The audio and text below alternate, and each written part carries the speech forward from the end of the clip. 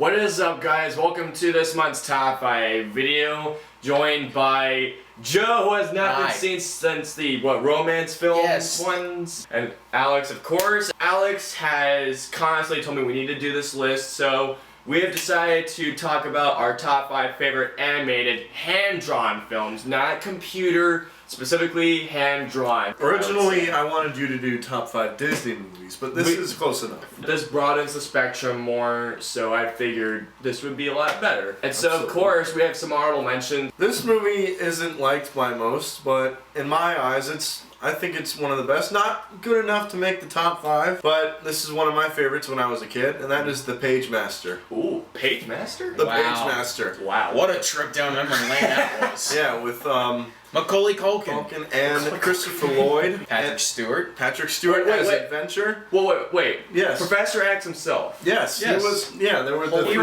was the pirate. Yeah, the 3 books. Oh wait, what? I haven't seen it in a while. Remember, they had 3 books. It was Adventure, Fantasy, and Horror. Fantasy. Oh yeah, that's right. Fantasy Whoopi and Goldberg.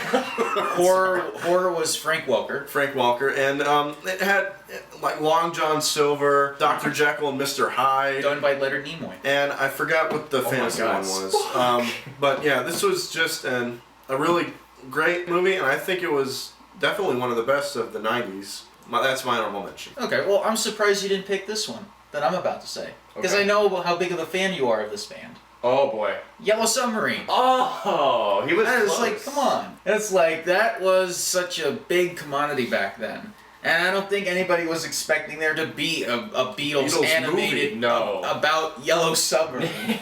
What's our favorite scene? Sea of green, sea of green, sea of green. I've got to hold in my pockets. The Blue Meanies, they always said no to everything. They couldn't say yes. No. My mind's completely blank on this movie. I don't remember a single I had a puzzle. I loved that movie. And I always said Yellow Submarine is my favorite Beatles song. Really? Yeah. Holy I was like, come on. How many things do you know Yellow Submarine? How do you combine the two? How do you combine the two? That's a good point. That's a result of drugs. That's a result of them getting high when writing good acid songs. trip. That's an acid trip for there. I mean, they probably were when they wrote the movie. Oh, but yeah, that's my honorable mention. Alright, my honorable mention. This is from a studio called Studio Ghibli. I think that's how you pronounce it. It's a Japanese studio. My pal Sarah recommended me a bunch of these films, and every single film I've watched, I have loved. And this is Princess Mononoke. Oh. Totally excellent film. The plot is basically a demon attacks a village. This warrior stops the demon. He kills him, but at the same time he gets cursed by this demon.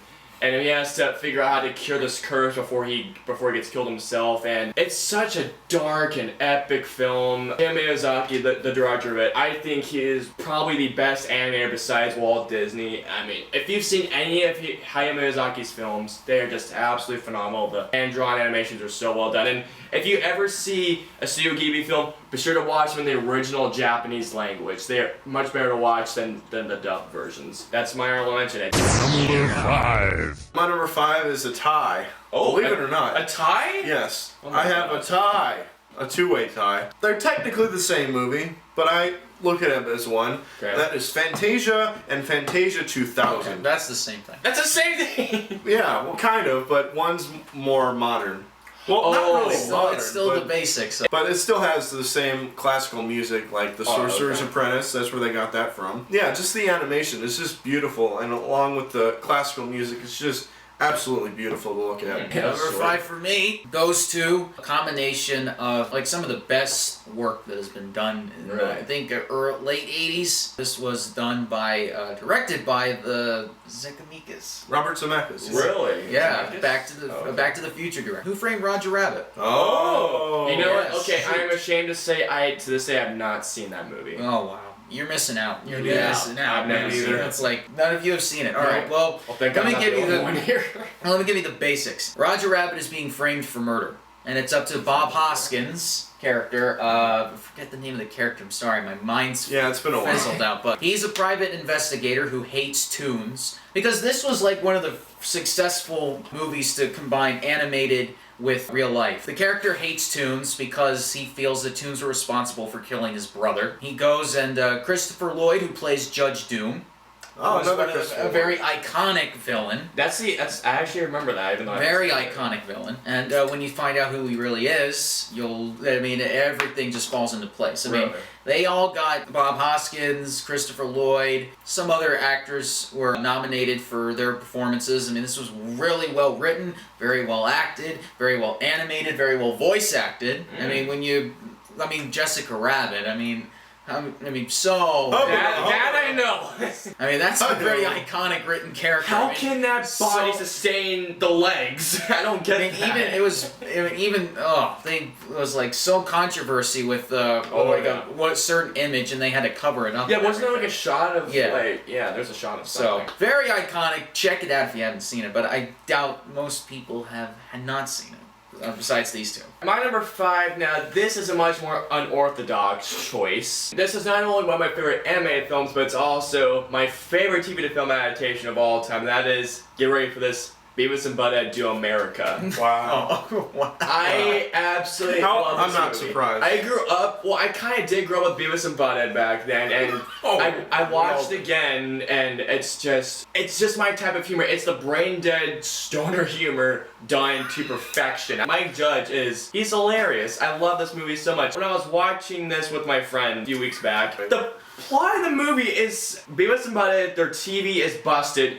Their entire plot is to get a new TV, and they go to Vegas to try and bang a chick, and all of a sudden, there's this nuclear weapon that gets stuck into Beavis' pants, and it goes from finding a TV to banging a girl, and then to, like... Eating a cactus and having a weird out moment. It was just...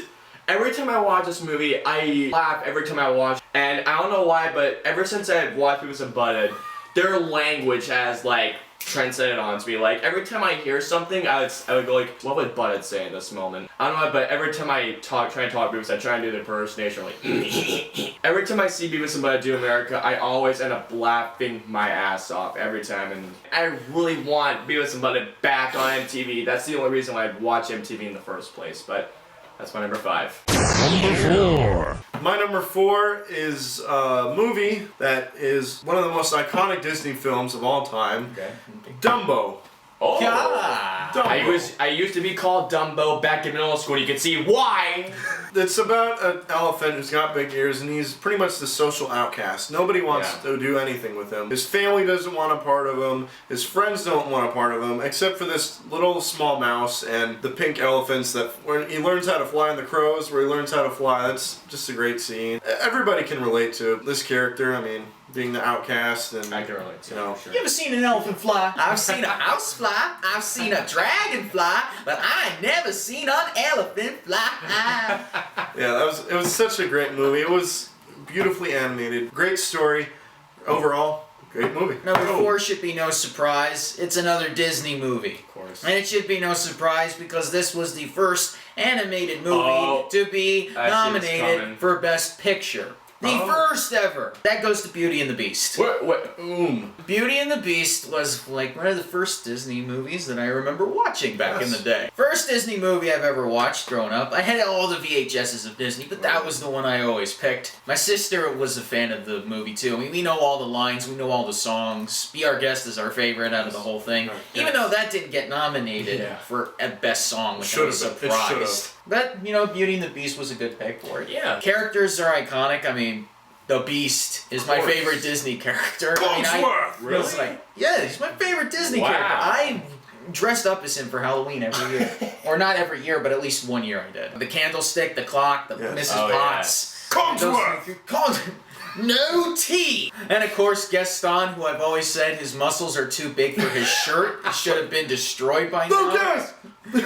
Gaston! Yes, our friend Lucas reminds me of Gaston. I was like, hey, you're a Gaston, you can get any girl. And there's that song like, I'm the greatest man in France. And it's like the funniest song in the whole thing. It's like, I am an asshole, and this is why I'm an asshole. Very well drawn, very well written, and I just enjoyed it. And of course, the midpool sucked, but nobody cares about that. Alright, my number 4, another Studio Ghibli film, and that is My Neighbor Totoro. Oh yeah. Such a fantastic, not only for kids but adults film. This family moves to a new town in Japan, and Japanese culture, I've always been interested in it, always have. It's just really cool. They see all these like black, like mysterious dots that go across the house, only to find out their neighbor is a troll named Totoro. It's this magical troll, has like many things to do, like only at certain times at certain parts of the town you can see him. And when you see this guy, it brings such a feeling of nostalgia and wonder whenever you see this guy. It's fantastic acting. Again, Japanese, not the English dub version. When I watched it, films like this make me tear up when I get to the most heartfelt moments. And my God, I at least teared up 5 times watching this movie. There was a certain moment where Totoro, the 2 girls, are standing up on top of this tree because Totoro's magic, of course. And there was a certain score that played along that reminded me of a lot of other Disney films. And just watching it just made me go like, I want to play Kingdom Hearts again. And again, another recommendation for my pal, Sarah. Again, thank you so much for recommending me these films. Thank you, Sarah, for recommending me 2 Ghibli films. There's another one coming up, by the way, which I absolutely adore. But anyway, My Neighbor Totoro, if you guys have not seen it, it's an excellent film by Studio Ghibli. Again, Hayao Miyazaki directed it. He is a freaking master at animation, and what else can I say? It's my number 4, so I loved it. My number 3 is the very first full-length animated movie. Oh boy. Oh. Snow White and the 7 Dwarfs. Snow White, which is one of the most iconic heroines of all time, and also the 7 Dwarfs. Let me see if I can remember them. Doc, Grumpy, Happy, Sleepy, Sneezy, Bashful, and Cody Rob's favorite, Dopey. Excuse the pun. It had, the poisonous apple. One of the most iconic weapons in all of film history. Yeah. The poisonous apple. You bite it, fall into a coma, go to sleep. Yeah, it's just a good movie from beginning to end. That's why it's my number 3. Well, my number 3 is another 90s Disney movie. And the music has been very well praised because it was written by a particular rock star, Elton John. Oh, I see what's coming here. I mean, how many rock stars do you know that decide, hey, you know what, I'm gonna write all the music for this movie. The sun comes up, and we get a glimpse at what's known as the Lion King. Very nice, I mean, come on. Hey, ya! I mean, Hey, it was like the... Hey, Oh, no. that's Outcast. This is Elton John. This had a very big cast. I mean, we got Matthew Broderick as Simba. We had Jeremy Irons as Scar. We had James Earl Jeremy Jones. Nathan Lane James Earl Jones as Mufasa. Nathan Lane. as Pumbaa. Memorable songs. I mean, we can pretty much name every one of them. I mean, we can... Come on, we're talking about... Yeah, but that didn't get nominated for Oscar. What Can you feel the love tonight? Did? Circle of Life. Circle of Life didn't either. I just can't wait to be king. Oh, I don't know why I'm doing it. That's like the part where like the stones are lifting up. I mean, come on. I don't even know how wrong with that. It's like, that is very well animated. That was very well done. It's based off of a very popular Shakespeare movie. Yeah. A play. Yeah. Hamlet. It's a very well, message. Yes. Like, you gotta put the past behind you. I mean, the whole Kuna Matata thing, that's what was the whole purpose. Yeah. And then, of course, Rafiki. And those damn hyenas. Oh, yeah, the hyenas. Oh, yeah, the hyenas with the Whoopi Goldberg, the guy that... Gilbert Gottfried. Wait, no, Gilbert Gottfried wasn't. No, was he? no, he was You're thinking of Iago. Aladdin. You're thinking of Iago. Characters are very iconic. We still talk about them to this day. Oh, yes. I mean, as far as A Lion King 1.5 and 2 Simba's Pride, I mean, Those are alright. 2 was okay, but I didn't see it didn't have the magic that Elton John brought with the music. No. And that's why it's my number 3. Okay, my number 3. This is your number 5, Alex, and this is Fantasia. Not only is one of my favorite animated films of all time, but one of my favorite films that's full of instrumental music. The first time I saw this, I was blown away, and I'm not a fan of just music movies. My favorite section to this day of the movie is the, I think it was the creature from, what was that one? It was the one that involved a demon. No. It was this demon. Devil? Yeah, it was that one. Chernabog. Yeah, thank you, Chernabog. Yes, it involved that guy. It was just, wow. Oh my God! Every time I see that section, I get the goosebumps every time I see it. And the Sorcerer's Apprentice, which they had to adapt into a movie, which wasn't that great. What else can I say? It's fucking Fantasia. It's just epic. That's why it's my number 3. Number 2. My number 2 is something Joey already mentioned in his honorable mentions. Oh. And something that I love to this day. First time I saw it, I was hooked. And I've been a big fan of these guys, and that is Yellow Submarine. Oh. Sea of Green, Sea of Green, Sea of Green. We already mentioned that. The fact that they're in a Yellow Submarine, and the fact that the Beatles have their songs in the animated movie also. They actually wrote new material for this movie. You know, the fact that they're in Pepperland and the Blue Meanies. Joey pretty much just explained it all. That's Beatles forever. Number 2, the second full-length Disney movie to be made. Pinocchio. That's all I'm going to say, Pinocchio. I mean, come on, it's... How can you go Okay, I'm going to be a little biased here because I'm Italian and this movie is based in Italy. Oh. And that's not the only reason. I mean, When You Wish Upon a Star is one of the most iconic Disney songs ever. It was the first Disney movie to win an Oscar for Best Song. When You Wish Upon a Star is heard everywhere. In the Disney signature, in the beginning of the movies you see for Disney. Gene Simmons. Pinocchio's an iconic character. You see him pretty much everywhere. Everywhere. You see Jiminy Cricket pretty much everywhere. Can't get rid of that little bastard, No, can you you? can't. No. Stromboli. It's like with the whole puppet show thing. Oh, I Stromboli! That's the name of the character, the puppeteer guy. thought you meant the food. No, the one, the only, Pinocchio! Pleasure Island, I mean, that's a whole thing in and of itself in the whole Disney area. Downtown Disney. Downtown Disney, Pleasure Island, except nobody turns into donkeys. Which I never understood to this day how that happens. It's just something that the island is just magical and that it can turn kids into jackasses. Things are meant to be unexplained. Yeah. The movie's supposed to teach you about what it means to be. I mean, you have to be brave, truthful, and unselfish in order to be a human being. And that's the lessons that Pinocchio needs to learn in order to become a real boy.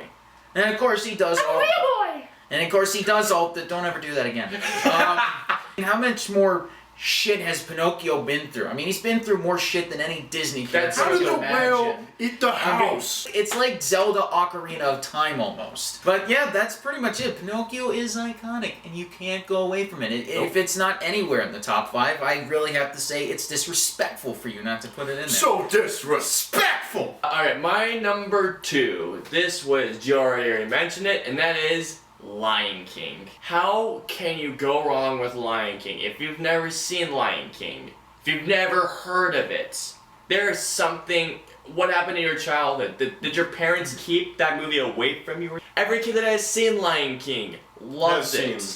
I just heard from Alex, Hans Zimmer composed the score to this. Yeah, he did. And Olin John, yes, of course, but his score is so... It's just phenomenal. And the story, I don't have to go into it because you already explained it, thank God. If you haven't seen Lion King, go see it. I don't really want to explain more to because I have a very vague memory in this movie. But from what I remember, it was just an epic film altogether. And if you haven't seen Lion King, watch it as soon as you can. Yeah, just stop whatever you're doing and do it now. My number 2.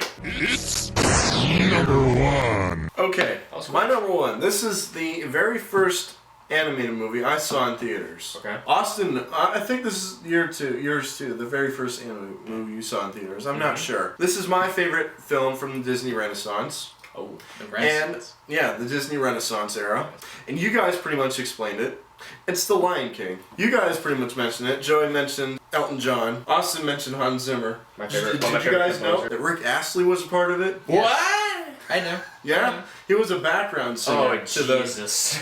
Just imagine that if Rick Astley sung Can You Feel the Love Tonight? It's not Hakuna Matata. No. Limit your choices. I don't know. No. I couldn't imagine actually singing it. But yeah, though, this movie, from beginning to end, is an absolute masterpiece. Yeah.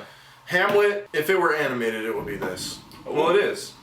Pretty much. Yes. That's why it's my number 1. You guys pretty much explained it. With me, I'm a little surprised that these two have not even considered putting this as their number 1. It's kind of like the Michael Jordan of animated film. If it wasn't for this movie, there would be no Disney today. If it wasn't for this movie, there would be no full-length animated features as successful as they are now today. This pretty much set the tone for everything. This is Snow White and the Seven Dwarfs. I had a feeling we were gonna... Oh, I thought you were going to say Space Jam. That's not it. Walt Disney spent a lot of time, trying to make this successful. He did. wanted to turn full-length animated films and turn them into a franchise, an enterprise. In color.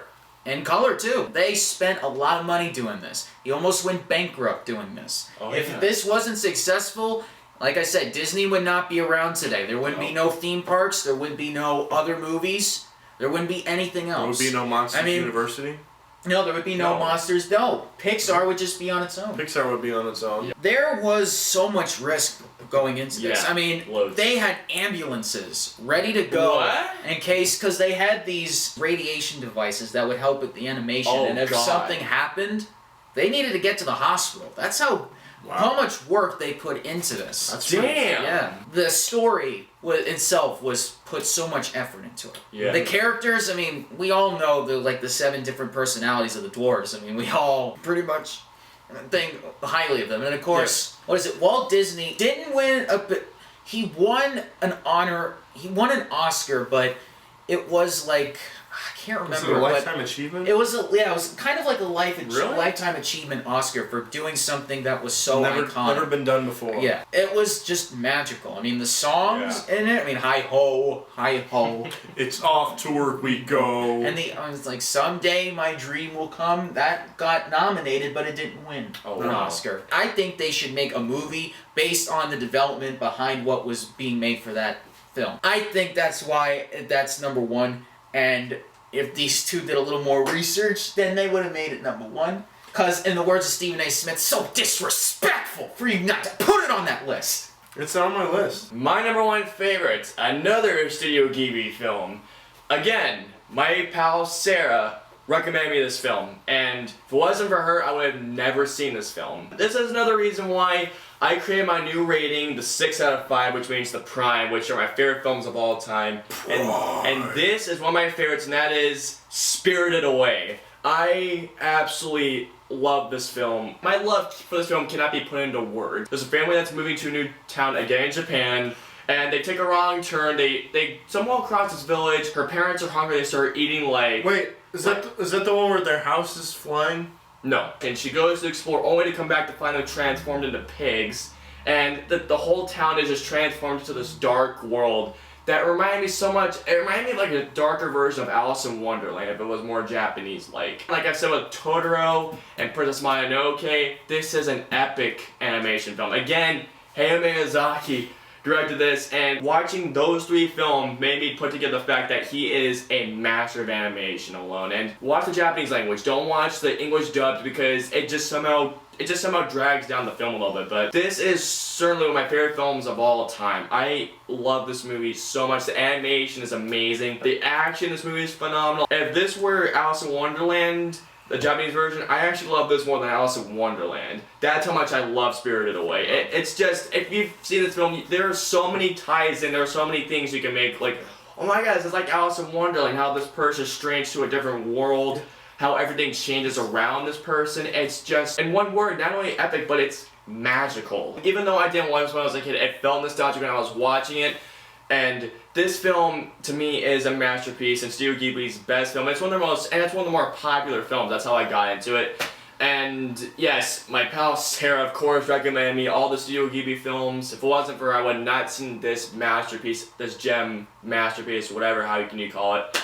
And if you haven't seen any Studio Ghibli film, if you haven't seen any single one, and as a matter of fact, this was the first Studio Ghibli film I watched, thanks to her. So, thank you again for introducing me to these gems of films. And that's why Spirited Away is my number 1 favorite animated film of all times. Check it out. And what the fuck are you doing here? So you guys think I'm as dumb as Gaston, huh? Did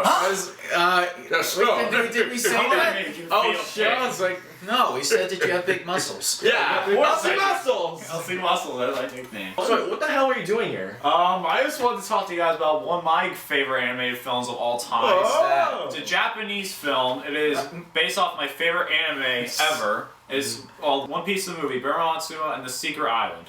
Never This heard. movie is excellent. It's a great movie. You have to see it sometime. Like what I was saying is because they're being turned to plants that feeds off of Berumo Matsuma's little flowers. Wait, is this The Happening? No, this is not The Happening. Oh my gosh, this they is are a plants. movie, a Japanese movie. Oh my gosh, they are plants. And you get to see the true form of the lily. Once he eats all the crew members, 7 monkey to live, which is one of the most disturbing things I've ever seen in an animated film, Rainbow other Fireballs. than the Watercolor Rabbit movie. The final fight scene is amazing in this movie. It's a great movie. Amazing. I definitely recommend this movie to anyone. Even though it's a Japanese movie, it's not been made in English. It's still worth seeing. It's one of my favorite family films of all time. Lucas, you know what we do here. We do the shit stain. So do you have a shit stain? Yes, well, I do. you're gonna have to wait for a little bit till we're done. So for now, get out of here. We love you. Now, just like I said with Lucas, before I transport his ass out of here, which I'm gonna do again shortly, it is time for the shit stains of hand-drawn anime film. This is not a good movie by any means. Oh, no shit. Obviously, since this is my number one.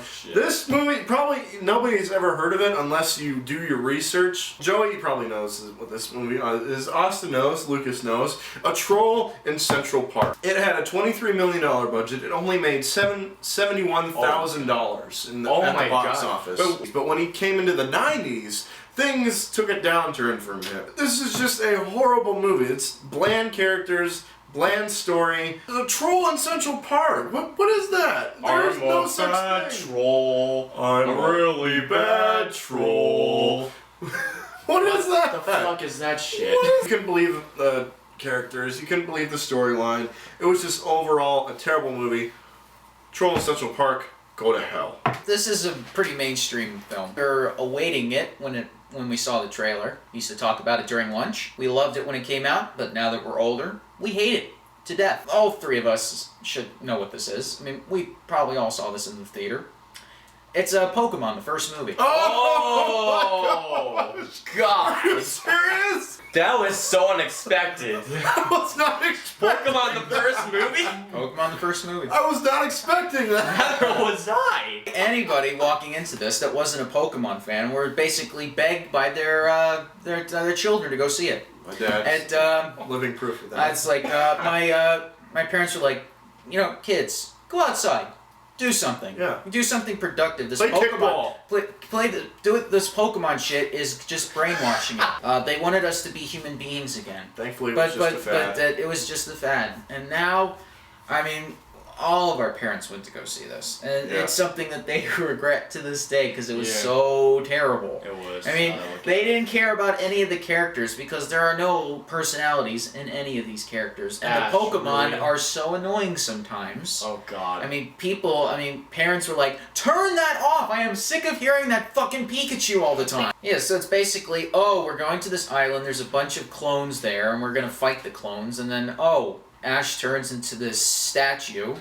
and then Tears. Pokemon tears are what brings him back to life. I'm pretty sure if we try to cry and try to bring a dead one back to life, it wouldn't work.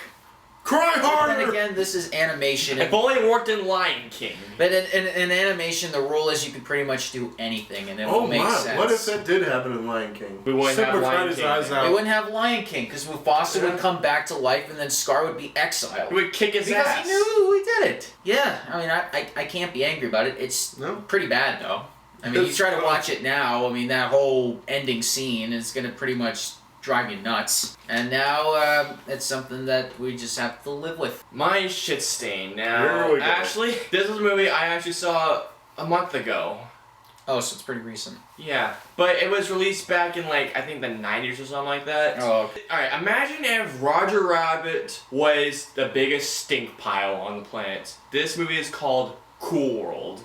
Have you guys ever heard of it? Oh, the one with Brad Pitt in it. Oh god, yeah. Nope. Never heard of it. This comic book creator gets, when he goes to sleep or something, he gets transported into this world, and all the backgrounds, it's fucking cardboard backgrounds. I swear to God, there are cardboard backgrounds. I can notice everything. And yes, Brad Pitt is in there, and oh my God, I've never seen him so terrible in a film. He's so one-dimensional. Kim Basinger, I think that's her name, is in it. She at first she's this doodle, as what they call them, and then after she has sex with the comic book guy, she turns into a live-action form of The herself. Simpsons character? And as a result, kind of fucks up Cool World at the same time. That's illegal. Brad Pitt, I hate to make this comparison, I'm gonna do it. He is Kristen Stewart Twilight level. And the cardboards are background. The CGI is so noticeable. The background is noticeable. There's no CG. Okay. Is it like this? Yeah. Well, yeah, it's kind of like exactly. The green screen, the backgrounds are so noticeable. The cardboard cutouts of each characters are just stupid. It's terrible. And it's literally, I'm not even kidding. Imagine if Roger Rabbit was so terrible. Everyone gave terrible performances. The animation was awful. This would be Roger Rabbit if it was just a stink pile altogether. Cool World, you sucked ass. I hope I never see that movie again. And if I do, I'm going to leave the room immediately. Cool World, you're the worst. Oh yeah, that's right. I have to summon Lucas back in here. Yes, to summon him in attack mode. Hold on. Oh Jesus, there it is. Where have you been? Please don't I kill was me. in the realm of my worst shit-stained animated film. Please don't kill me. What did Home you on do to the him? I'm sorry. Range. I'm sorry. Wait, what? Home on. Home on the Range. It's so bad. Please don't hurt What me. did you do to him? You look like you've been tortured. You I killed him. was in You did. there 10 minutes. Thank you. What? I was in there 10 minutes and I wanted to leave so I didn't even realize that. badly. I thought I was just gonna transfer out of the room. Now I had to fucking World of Home range. Come on, I was You're godlike. Fuck Austin. I didn't know. Fuck you. Put him back. This was a piece of shit movie. The people who play the cows in this movie are horrible. The villains in this movie are so bland and so terrible. They only have one-dimensional character, and to be a jackass villain who does stupid stuff whenever the cows try and do something good, they always end up doing something stupid themselves. Like, it's just so predictable at points as well. This is just horrible. The other side characters are terrible. This movie is awful. With a capital A. Thank God you're transporting back when you did, Austin. Don't worry, This I'll put you in a movie is porno just next time. awful. It's a terrible Disney Battlefield film. Earth. It's probably one of the worst Disney films they could do, other than... Wait, this is a Disney movie? This was a Disney animated Yes, movie. even Disney has its bad day. I don't know why Austin's transporting back in that world. I was pissed. didn't realize I did. Don't worry, we'll put you in a porno next time. I'll put you into One Piece. How about that? Okay, that's I'll better. try. Sure. So, okay, Lucas, I'll try and get you to One Piece. Okay, he is out. Those are our top 5 favorite hand-drawn anime films, our honorable mentions, and of course, the shit stains as always. To my collaborators, Joe and Alex, thank you again for joining me with this. And until the next top 5 video, we will see you guys next time. Or Bye. something. Or something like that. Bye. Seriously, do it. Do it. Do it.